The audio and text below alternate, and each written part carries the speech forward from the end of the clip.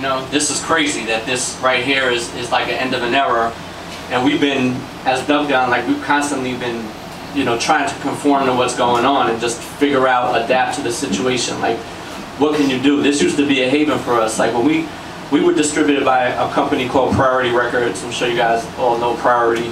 And they were our parent company for like 95 to 2000. They distributed all of our product. We lost our deal with them, our distribution deal for Duck Down, and a lot of people don't even realize this, but for I'd say good 2-3 years we didn't have any distribution whatsoever. And so we just went back to the basics of making vinyl singles. That was really like the rebirth of Duck Down. We started that with Sean Price, who's, you know, today is like reached a certain level of popularity. But this is going back to 2000, 2001. We put out, we just went back to making 12 inches. And that was a way for us to just continue putting out music.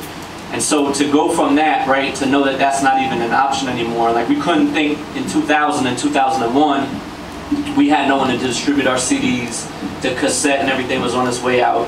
So we were looking for new distribution. This remained as a viable option to still keep music out. And we were able to sell 15, 20, 30,000 copies of a good 12-inch. And that, you know, those numbers weren't comparable to what we were doing with CD sales, but it kept you alive and it kept your music going to the core audience.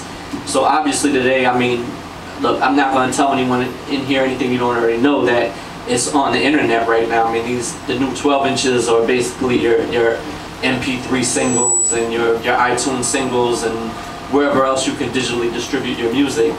It's just a shame that this experience right here, it'll never duplicate this experience of being able to go into a music store and be able to experience, like, looking at album covers and digging through the racks of records and discovering music you might not have ever even knew was out, or associating a name with a face or someone's artwork or someone's logo.